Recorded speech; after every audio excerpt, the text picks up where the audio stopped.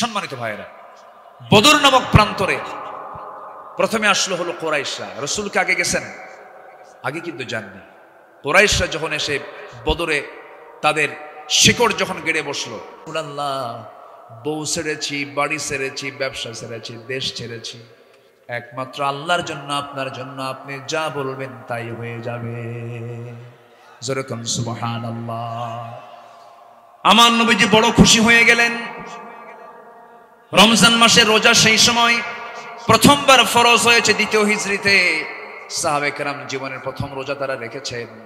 17টা রোজা তারা সম্পূর্ণ করেছেন। 17 রোজা শেষ হয়ে গেছে, 16 রোজা শেষ হয়ে গেছে।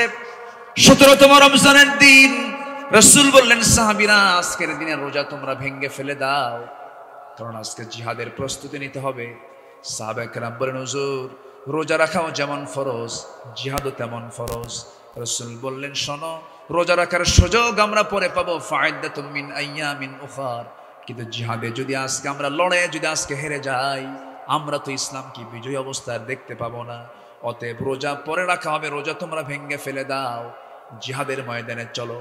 আমার বন্ধুগণ, যে জিহাদের, যে ইবাদতের কাজ করতে গিয়ে একটা ফরজ রোজাকে ভাঙ্গার প্রয়োজন হয়ে যায়, সেই জিহাদের গুরুত্ব ইসলামে আছে না নাই? আসতে বলবেন না, আছে না নাই? একজন মুনাফিক নামাজ পড়তে পারে, রোজা রাখতে পারে, হজ করতে পারে, যাকাত দিতে পারে, কিন্তু মুনাফিক কখনো জান দেওয়ার জন্য জিহাদে যেতে পারে না। যত রক্ত লাগে দেব, প্রয়োজনে লোক পাঠাবো, মাগার আমি যাব না। আছে না এরকম? আসতে বলবেন না, আছে না নাই? আচ্ছা, আমার নবীজি সাহাবা কেরামকে বললেন, সাহাবীরা কে কে আছে চলো আমার সঙ্গে চলো। সীমিত সংখ্যক সাহাবী জড়ো হয়ে গেলেন। আনসার কিছু, মুহাজির কিছু, সব জড়ো হলেন। নবীজি সংখ্যা দেখে চিন্তায় পড়ে গেলেন, এত কম সংখ্যক মুজাহিদ নিয়ে আমি 1000 সৈন্যের বিরুদ্ধে মোকাবেলা করব কেমনে? এমন চিন্তা করছিলেন। একজন মহিলা, মদিনার একজন মহিলা সাহাবী নবীর সামনে দাঁড়ায় বলে, ইয়া রাসূলুল্লাহ, আপনি কি চিন্তা করেন? হুজুর, আমার তো বড় কোনো সন্তান নাই, আমার স্বামীও নাই, দুনিয়া থেকে বিদায় হয়ে গেছে, এই 2 বছরের ছোট্ট বাচ্চা আমার কোলে আছে, আমি একজন শহীদের মা হতে চাই। ইয়া রাসূলুল্লাহ, 2টা বছরের শিশুকে আমি আপনার হাতে দিয়ে গেলাম, এই সন্তানকে আপনি আপনার যুদ্ধের ঢাল বানায় নিবে। আল্লাহু আকবার। আমার নবীজির কলিজা ভরে গেছে। ওইদিকে আমার নবীজি দেখতে পেলেন দূর থেকে ছোট্ট 2টা বাচ্চা হেঁটে হেঁটে আসে। হেঁটে হেঁটে এসে বলে, ইয়া রাসূলুল্লাহ, আপনি কি চিন্তা করেন? যোদ্ধার সংকট হয়েছে, মনে হয় মুজাহিদ নাই। চিন্তা করবেন না, আপনি যদি পারমিশন দিয়ে দিতেন, আমরা দুজন মিলে আপনার সঙ্গে থেকে থেকে যুদ্ধ করতাম। নবীজি বললেন, না রে না, তোমরা যুদ্ধ করতে পারবে না, বয়স নাই, ফিটনেস নাই, তোমাদেরকে আমি পারমিশন দিতে পারবো না। ছোট্ট 2টা বাচ্চার মধ্যে বড় ছেলে, বড় ভাইটা বলতেছে, ইয়া রাসূলুল্লাহ, আমি ওর চাইতে একটু লম্বা, আমাকে পারমিশন দেওয়া যায় না? ছোটজন বলে, হুজুর, আপনি যদি আমার বড় ভাইকে অনুমতি দেন, আমাকে অনুমতি দিতে হবে, কারণ সে লম্বাই বড় হতে পারে, কিন্তু গায়ের শক্তি আমার বেশি। আমার নবীজি খুব খুশি হয়ে গেলেন। এবার ছোটজন বলে, হুজুর, তাই যদি দেখতে চান, দুজনকে মারামারি লাগায় দেন। এই কথা বলেই 2জন মারামারি লেগে গেছে। বড়জন ছোটজনকে নিচে ফেলে দিয়েছে। ছোটজন নিচ থেকে বলতেছে, ভাই রে, ও ভাই, তুই আমার বয়সে বড়, তুই তো আমার সঙ্গে লড়াই করে জিতেই যাবে, এটাই স্বাভাবিক, কিন্তু তোর মধ্যে কি মায়া দয়া নাই? একসঙ্গে খাই ঘুমাই, আজকে তুই আমার একা থেকে রেখে যুদ্ধের ময়দানে যাবি, এটা কেমন কথা রে? তোর গায়ের শক্তি একটু কমায় দে। এই কথা বলা মাত্রই বড় ভাই গায়ের শক্তি কমায় দিয়েছে। ছোটজন বড় ভাইয়ের বুকের উপরে উঠে মুসকি মুসকি হাসি মেরে বলছে, হুজুর, এই যা হারায় দিলাম, রাসূল টের পেয়ে গেছে।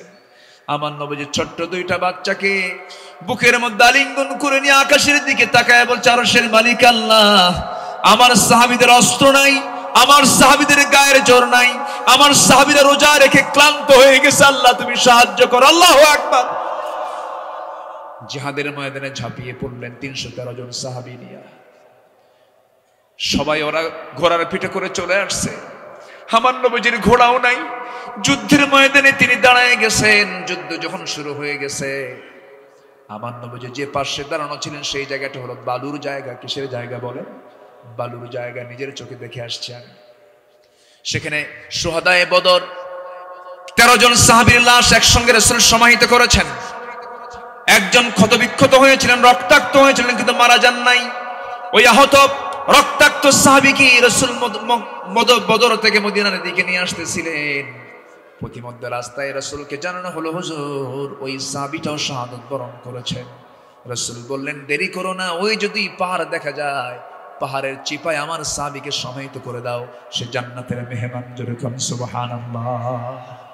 আমার নবীজি যুদ্ধ পরিচালনা শুরু করলেন। যুদ্ধের এক পর্যায়ে দেখা গেল মুসলমানদের বিজয় এসেছে। রাসূল সেদিন বলেছিলেন, ও আমার সাহাবীরা, এমন যুদ্ধে আমরা যাচ্ছি, সেই যুদ্ধে কেউ দেখবে কারো ভাইকে, কেউ দেখবে তার বাপকে, কেউ দেখবে তার ছেলেকে, কেউ দেখবে তার জামাইকে, কেউ দেখবে তার চাচাকে। এমন যুদ্ধে তোমার সবাই অংশগ্রহণ করতে পারবে নাকি? সাহাবায়ে কেরাম বললেন, ইয়া রাসূলুল্লাহ, আমরা কাউকে দেখব না, আমরা দেখব সবাইকে নবীর শত্রু মনে করে। জোরে কোন সুবহানাল্লাহ।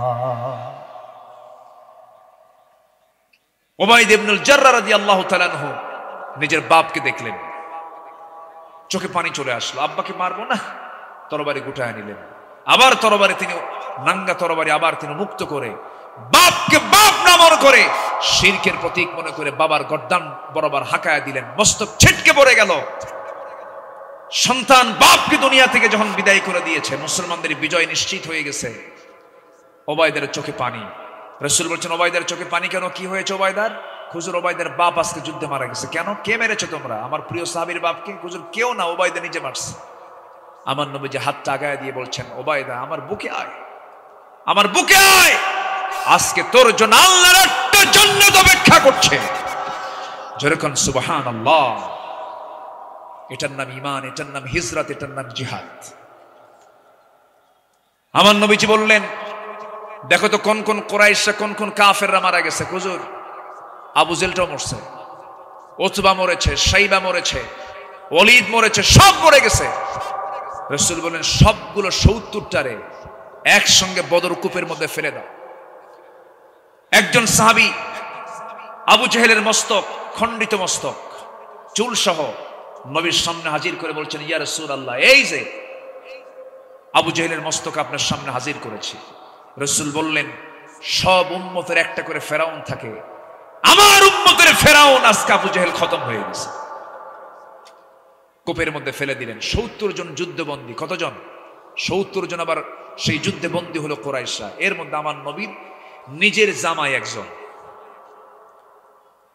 আমার নবীর আপন চাচা আব্বাস রাদিয়াল্লাহু আনহু একজন। তখন তিনি ইসলাম কবুল করেননি। বলেন, ইসলাম মানতে গেলে নিজের বাপ বিরোধী হতে পারে কিনা বলেন? নিজের বাবা বিরোধী হতে পারে কিনা বলেন? ভাই বিরোধী হতে পারে কিনা বলেন? দুঃখজনক হলো সত্য, আমার দেশে এমনও পরিবার আছে, এক পরিবারে ৪ ভাই ৪ দল করে। আছে না নাই? যে সরকার ক্ষমতায় থাকে, ওই ভাইয়ের কাছে ৩ ভাই গিয়ে বলে, ভাই তুমি ৫ বছর চালাও, যখন তুমি পতন হবে তোমার, তখন আমরা দেশ চালাবো, তখন আমরা তোমারে দেখব। এই সমস্ত চরিত্র নিয়ে জান্নাত পাওয়া যাবে না।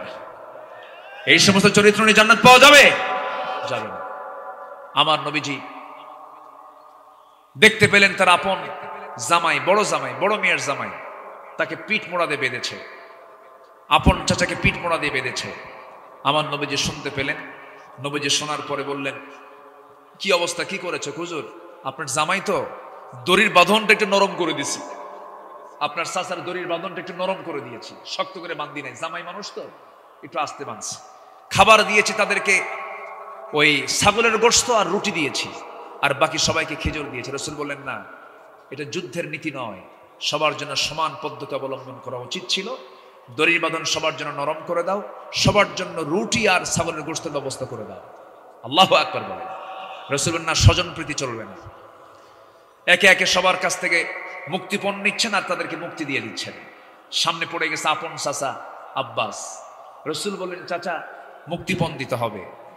আব্বাস বলতেছে, ভাতিজা তুমি আমার থেকেও নিবে, আমি তোমার বাবার ভাই, তো আমার থেকেও নিতে হবে। রাসূল বললেন, বাবার ভাই যদি হন তাহলে যুদ্ধ করতে আসছেন কেন ভাতিজার বিরুদ্ধে? আপনাকে আগে দিতে হবে। সেইদিন আব্বাস তখন মিথ্যা কথা বলে ফেললেন যে আমার বাড়িতে দেওয়ার মতো কিছু নাই। আমার নবীজি মুস্কি হাসি মেরে বললেন, চাচা মিথ্যা কথা বলেন কেন? চাচি আম্মার কাছে কয়েকটা স্বর্ণের বার রেখে এসেছেন। সেইদিন আব্বাসের চোখে পানি চলে আসলো। আব্বাস রাদিয়াল্লাহু আনহু বলছেন, ভাতিজা মুহাম্মদ রে, আর কতক্ষণ বেঈমান হয়ে থাকবো? তুই যে আল্লাহর নবী, কোনো সন্দেহ নাই, আমাকে তুই কালিমা পড়ায় দে। কালিমা পড়লেন তিনি। এবার জামাইয়ের পালা। আবুল আস, বড় মেয়ের জামাই আবুল আস। রাসূল বললেন, জামাই শোনো, তোমাকে মুক্তিপণ দিতে হবে। হ্যাঁ, খবরও দিয়েছি, মক্কায় চলে গেছে খবর, আসবে মুক্তিপণ, চলে আসবে। স্বামীর মুক্তিপণের জন্য আমার নবীজির বড় মেয়ে একটা প্যাকেট পাঠায় দিলেন। সেই প্যাকেটটা নবীর হাতে চলে আসলো। নবীজি প্যাকেটটা খুলেই দেখেন সুন্দর একটা গলার পেটা চেইন, গলার একটা হার তিনি দেখতে পেলেন। গলার হারটা দেখা মাত্রই নবীজির চোখের কোনা বেয়ে টপ টপ করে পানি পড়ছে। সবাই সাহাবীরা নবীজির কান্না দেখে বলছেন, ইয়া রাসূলুল্লাহি, আপনি তো এমনটা আচরণ কখনো করেন না। সামান্য গলার হার দেখে আপনি কাঁদেন কেন? আপনার কান্নার হেতুটা কি? আমার নবীজির সঙ্গে সঙ্গে বলছেন সাহাবীরা, গলার হার দেখে তো আমি কান্দি না, এই গলার হারের যে মালিক খাদিজার কথা আমার মনে হয়ে গেছে, খাদিজার কথা মনে পড়ে আমার চোখে পানি চলে আসতেছে, এই জন্য আমি কান্দি। ও আমার সাহাবীরা, এই গলার হারটা পরে থাকতো আমার খাদিজা, তার বড় মেয়ের বিয়ের সময় তার নিজের গলার হারটা খুলে তার বড় মেয়েকে বিয়ের সময় সে উপহার দিয়েছিল। খাদিজার কথা আমার মনে পড়েছে, এই জন্য আমি কাঁদতেছি। সঙ্গে সঙ্গে সাহাবীরা বললেন, ইয়া রাসূলুল্লাহ, চিন্তা করবেন না, টেনশন করবেন না, ওই গলার হার আমরা নেব না। রাসূল বলেন, তাই যদি হয়, ও আবুল আস আমার জামাই, আল্লাহর সিদ্ধান্ত চূড়ান্ত হয়ে গেছে, মুশরিকের ঘরে কোনো ইমানদার নারী সংসার করতে পারে না। তোমার মুক্তিপণ হলো তুমি মক্কায় চলে যাবে, আমার মেয়েকে তুমি তালাক দিয়ে দেবে, আমার মেয়ে আমার ঘরে চলে আসবে, তোমার সঙ্গে কোনো সম্পর্ক থাকবে না। কারণ ঈমান আছে, সম্পর্ক আছে, ঈমান নাই, আসতে পারে সম্পর্ক। ইসলাম এমন একটা বিধানের নাম, পরিবার বিচ্ছিন্ন হয়ে যায়, ঈমান বিচ্ছিন্ন করা যাবে না, ঠিক কি না? আমার নবীজি মেয়েকে তার ঘরে উঠায় নিলেন। অনেক লম্বা কথা ছিল, শর্ট করে ফেললাম। আমার নবীজি এরকম করে বদর পাড়ি দিলেন, উহুদ চলে আসলো, উহুদ পাড়ি দিলেন, খন্দক চলে আসলো, খন্দক পাড়ি দিলেন।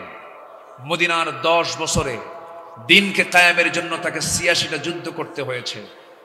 এই জিহাদকে যারা দুর্বল ভাবেন, এই জিহাদের এই অপশনকে যারা অতিরিক্ত মনে করেন, তাদের ঈমানকে নবায়ন করা দরকার।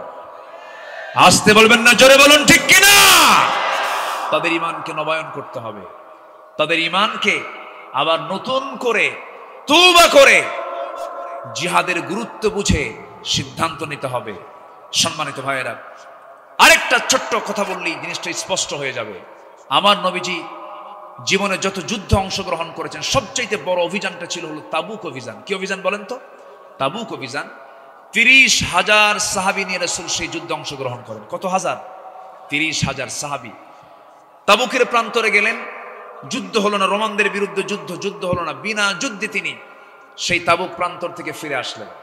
ফিরে যখন মদিনায় ব্যাক করে মসজিদ নববীর ভিতরে বসে আছেন, এমন সময় এক সাহাবী নবীর সামনে গিয়ে আস্তে করে বসে বলেন, হুজুর, সবাই তো যুদ্ধে গেছিলেন আপনারা, কিন্তু আমি কাব বিন মালিক, আমি কিন্তু যুদ্ধে যাই নাই। রাসূল বলেন, কেন যাও নাই? হুজুর, এমনি গড়িমসি করেছি, ইচ্ছা করে যাই নাই। আর কে কে যাও নাই? হুজুর, হেলাল বিন উমাইয়া যায় নাই। আর কে যাও নাই? মুরারা বিন রাবিয়া যায় নাই। আর কে যাও নাই? জানা নাই। আমার নবীজি বলেন, কাব বিন মালিক, তুমি এখন যেতে পারো।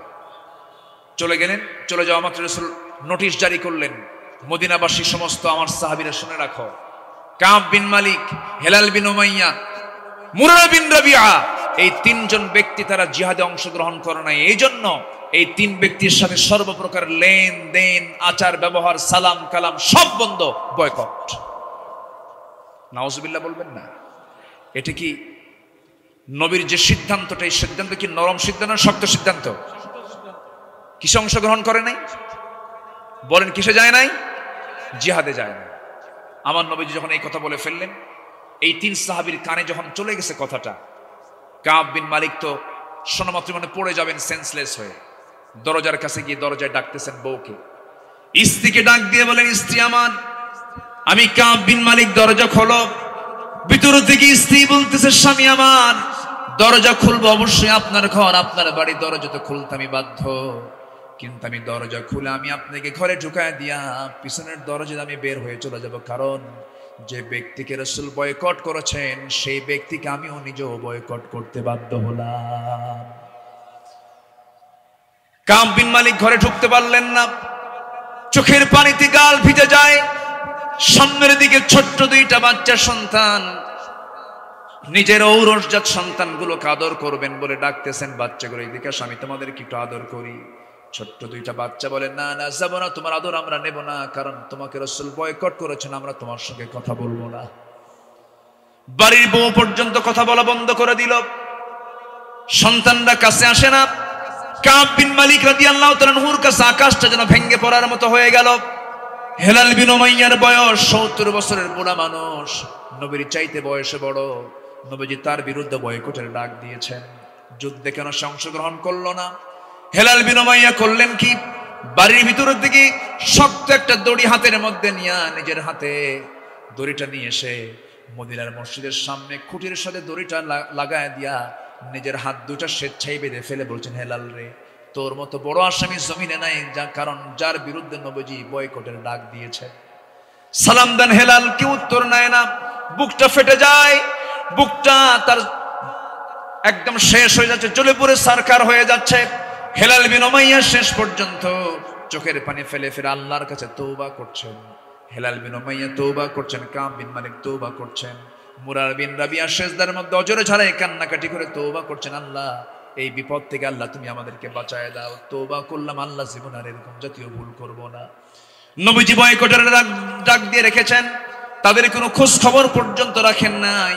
কিন্তু এই তিনজন সাহাবী ইখলাসের সাথে যে পরিমাণ তওবা করেছেন, সূরা তওবার প্রেক্ষাপট এটা, এই তিনজন সাহাবীর তওবা শেষ পর্যন্ত কেউ না গ্রহণ করলেও আল্লাহ তাআলা তিনজনের তওবা কবুল করে নিয়েছেন। রাসূল সঙ্গে সঙ্গে বলছেন, ওমর আমার কাব কোথায়, আমার কাবকে আমার সামনে নিয়ে আসো। কাব বিন মালিক চলে এলেন, হেলাল বিন উমাইয়া চলে এলেন, মুরারা বিন রাবিয়া চলে এলেন।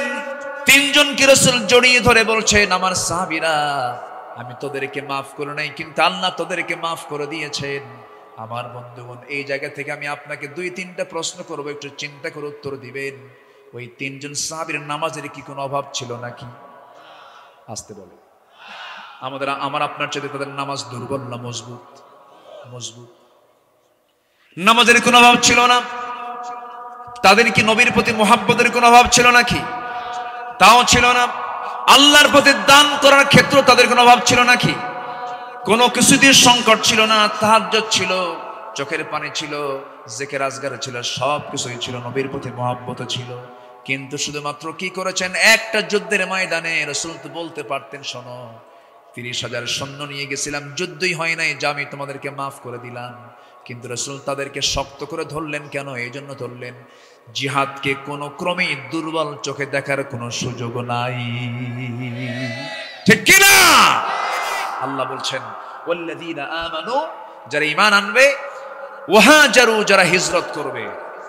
এই দুনিয়াতে যাদের ইসলামের জন্য যাদের মামলা, ভাবতে হবে তার পাসপোর্টে একটা করে ভিসা লাগতেছে, ঠিক কিনা? কোনো টেনশন নাই। ওয়াহাজারু ওয়াজাহাদু, যারা জিহাদ করবে কার পথে? ফি সাবিলিল্লাহ। ওয়াল্লাযীনা, এবং যারা আওয়াও, ওই মুজাহিদদেরকে যারা আশ্রয় দেবে, ও নাসরু, এবং সাহায্য করবে। দেখেন আল্লাহ তাআলা জিহাদের অপশন আবার আর দুটো কাজ বাড়ায় দিলেন, ঈমান আনবে, হিজরত করবে, জিহাদ করবে যারা, এবং যাদেরকে সাহায্য করবে এবং যারা তাদেরকে আশ্রয় দেবে। আল্লাহ তাআলা বলছেন, উলাইকা হুমুল মুমিনুনা হাক্কা, এরাই হলো টাটকা মুমিন। জোরে বলুন সুবহানাল্লাহ। এরা কি টাটকা মুমিন? কি তামান্না সাহাবীদের মধ্যে কাজ করতো। এক অন্ধ সাহাবী নবীর কাছে গিয়ে বলে, হুজুর যুদ্ধে সবাই মারা গেল, শহীদ হলো, আমি কি যাব না? রাসূল বলেন, না, তুমি অন্ধ, তুমি পারবা না। রাসূল অনুমতি দেন নাই, সাইয়েদনা আবু বকর অনুমতি দেন নাই। সাইয়েদনা ওমর ফারুকের শাসন আমলে কাদেসিয়ার যুদ্ধ হয়, কাদেসিয়ার যুদ্ধ। সেই যুদ্ধে এই বুড়া সাহাবী এবং অন্ধ সাহাবী নবীর খুব প্রিয় সাহাবী ছিলেন। সাইয়েদনা ওমর ফারুকের সামনে যে ছোট বাচ্চার মতো হাউমাউ করে কাঁদে আর বলে, ভাই ওমর, আমার বন্ধু অমুক বদরে গেল, উহুদে গেল, সব যুদ্ধে শহীদ হয়ে জান্নাতের সেই নিয়ামতগুলো ভোগ করতেছে, আমি কোন দিন শহীদ হব, আমাকে কেউ পারমিশন দেন, আমার বন্ধু বান্ধব সব তো জান্নাতে চলে গেছে, আমাকে পারমিশন দেন। সাইয়েদনা ওমর ফারুক মুস্কি হাসি মেরে বলতেছে, আমি দিতে পারবো না, কারণ রাসূল আপনাকে দেন নাই। সাইয়েদনা আবু বকর আপনাকে যুদ্ধের পারমিশন দেন, আপনি অন্ধ মানুষ, আপনি যুদ্ধ করবেন কেমন, আপনি চোখেই দেখেন না। এবার ওই অন্ধ সাহাবীর নাম হচ্ছে আব্দুল্লাহ ইবনে উম্মে মাকতুম বলছেন, ভাই ওমর, আমি জানি আপনি আমাকে এই প্রশ্ন করবেন, আমি উত্তর রেডি করে আনছি। কি উত্তর রেডি করে আনছেন বলেন? আব্দুল্লাহ ইবনে উম্মে মাকতুম বলছেন, উত্তরটা হলো, যুদ্ধের ময়দানে গিয়ে সবাই তো যুদ্ধ করে না, কেউ ওই যোদ্ধাদের, আহত যোদ্ধাদের সেবা করে, কেউ খাবারের আয়োজন করে, কেউ তাবু পাহারা দেয়, কেউ কালিমার ঝান্ডা সামনে হাতে নিয়ে দাঁড়ায় থাকে। আমি অন্ধ মানুষ, আমি তরবারি চালাতে পারবো না, আমি এটা জানি, কিন্তু অন্তত ওই কালিমার ঝান্ডা ধরার জন্য একজন ব্যক্তি তো সিলেকশন দিতে হবে, সেই ব্যক্তি অন্য কাউকে সিলেকশন না দিয়ে আপনি ওমর আমাকে সেই কালেমার ঝান্ডা ধরার সিলেকশন দিয়ে দেন। আমি কালেমার ঝান্ডা হাতে নিয়ে অন্ধ মানুষ সামনে আমি এক পায়ে দাঁড়িয়ে থাকবো, নড়াচড়া করব না। কাফের মুশরিকরা আমার দিকে তাকায়া তীর লক্ষ্য করে আমার বুকে মেরে দেবে, বুক দিয়ে ঢুকে পিঠ দিয়ে তের বের হয়ে যাবে, রক্তাক্ত অবস্থা আমি শহীদ হয়ে আল্লাহর জান্নাতে চলে যাব। ইতিহাস সাক্ষী, তিনি সেই যুদ্ধে অংশগ্রহণ করলেন এবং শহীদের মর্যাদা নিয়ে দুনিয়া থেকে বিদায় নিলেন। জোরে কোন সুবহানাল্লাহ। জিহাদের গুরুত্ব আছে না নাই? আছে। এই চারটা কাজ আমরা করব। আল্লাহ তাআলা বলছেন, আল্লাহ তোমরা যদি এই কাজগুলো করতে পারো তাহলেই আল্লাহ তাআলা বলছেন লাহুম মাগফিরাহ, তার জন্য আছে সাধারণ ক্ষমা, ওয়া রিজকুন কারীম, এবং সম্মানজনক রিজিক। আল্লাহ তাআলা সবাইকে এই আয়াতের অনুকূলে জীবন গড়ার তৌফিক দান করুন।